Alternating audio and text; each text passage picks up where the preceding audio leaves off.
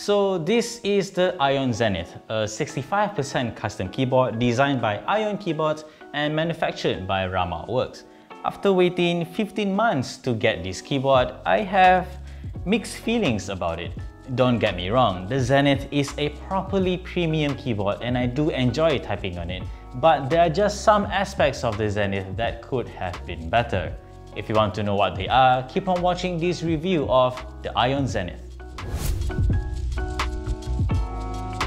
Before we get to the meat of the review, let's talk about the Zenith first. This is, as mentioned, a 65% custom keyboard with a unique left macro column for the F keys. So you get the functionality of a 75% keyboard in a 65% form factor, just slightly elongated for a more unique look in my opinion.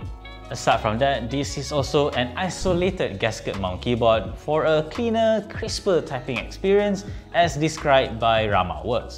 There are two plate options for the Zenith, aluminium or brass. While I got both of these plates, this particular build was done with the aluminium plate because I want a slightly softer typing experience compared to the much harsher brass plate. In terms of pricing, well, that's where the Zenith truly shines because it is not cheap at all. This particular configuration with the aluminium plate costs $450 US. Combined with taxes as well as shipping, I had to pay about 2,200 ringgit just for this keyboard, and I'm not even taking into account the brass plate or the extra PCB that I got for this keyboard. Anyway, now that we've got that out of the way, let's talk about the good qualities of the Zenith, starting with the sound profile. Thanks to its isolated gasket mount system, it really does have a clean, high-pitched sound profile, which is exactly what I want out of this keyboard. I also built this keyboard with looped Novelkeys cream switches, so it really does have a nice clacky sound profile. So stay tuned to the end of this review for a sound test of this keyboard. Aside from that, I also really like the typing feel of the Zenith.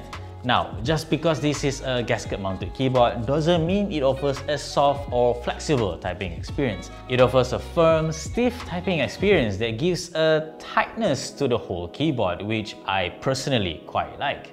I wouldn't say it feels like a top-mounted keyboard because that one can feel a lot harsher, but the gaskets of the Zenith does offer a little bit of flexibility still, so it feels a little bit cushioned when you bottom out on the keys. Just a little bit. Last but certainly not least is just the overall looks of the Zenith. It doesn't look like any other 65% custom keyboard in the market thanks to this left macro column. It looks unique in the sense that it's slightly longer, but it still looks very aesthetically pleasing, if you will. I mentioned in my unboxing that I'm not quite sure I still like this left macro column, but after spending some time with the Zenith, I do like having the practicality of the F keys in a 65% form factor. Yes, sometimes I do hit the F1 key instead of the escape, but after getting used to it, I like it. I really do quite like it.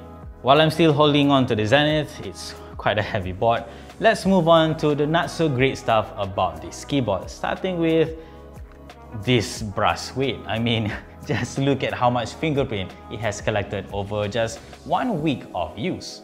The Zenith also has a unique two-tier design, as you can see here, and it looks great, but when you put the keyboard on the surface and you're pressing the number, and if you apply too much force, the keyboard does rock back and forth a little bit.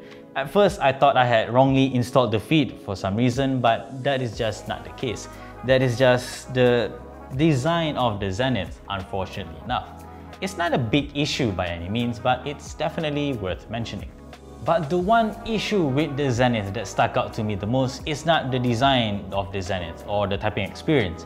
Instead, it is the QC, which is honestly a little bit shoddy. For my particular unit, there are some scuff and marks on the inside of the Zenith. Now, this is fine because many manufacturers consider this to be totally acceptable QC. That being said, my unit also has a noticeable scratch on the right side of the keyboard. I have contacted Rama support and I have not heard back from them yet, but it has only been about 3 to 4 days, so we'll see how they handle it. But for a keyboard at this price point to have this kind of flaws, and I am not alone, It's a little bit unacceptable, to be honest. With all of this in mind, do I regret buying the Zenith? Well, the 15 months wait is a bit too long, and I am honestly underwhelmed as I start building and using the Zenith after waiting so long.